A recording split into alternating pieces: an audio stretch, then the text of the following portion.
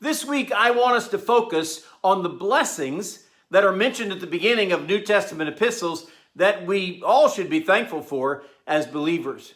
Good morning. This is Pastor Ernie Lewis of the Blue Point Church in Sisseton, Illinois, with your thoughts for Monday.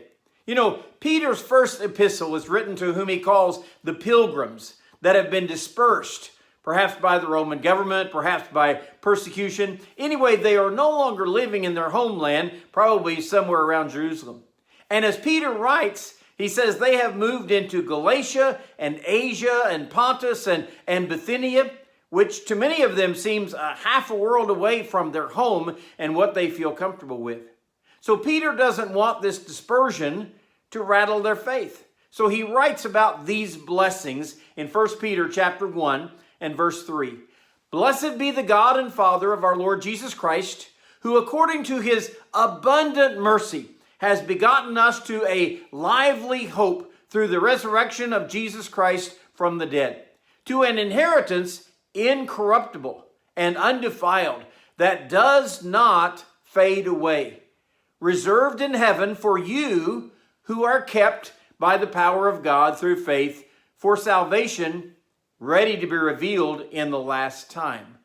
Now, first of all, he writes about God's abundant mercy, which they certainly needed in the middle of their distress, their persecution, they're far from home. They need to feel God's hand upon them right now, and certainly we need that every day.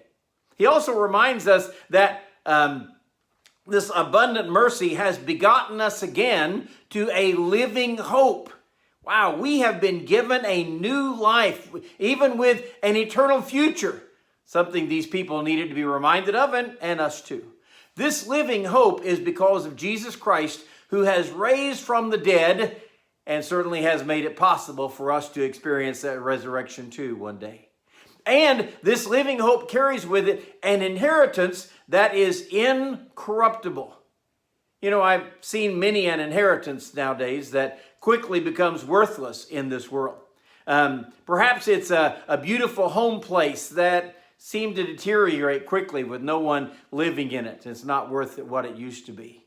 Or a fortune in stocks and investments that is lost in the stock market and its downward turn. Or it's eaten up by the inflation of the day. But nothing can touch this inheritance that God has provided for us. It is described as incorruptible. Jesus said, rust and dust will not take away from it. If you have laid up for yourself treasures in heaven, thieves can't break through and steal. All of this inheritance has been reserved in heaven for you. Now, that is better than any kind of lockbox or safe that you can have here in this world. He says all of this is reserved for you who are kept by the power of God through faith. You know, for many of these who have lost everything, they still had much to be thankful for. And this reminds them that this salvation is ready to be revealed in the last times. You know, we may get that feeling that we have nothing in this life to live for, or that we lost so much here. There may be times when we get discouraged in our Christian life with all the opposition that we face in this world.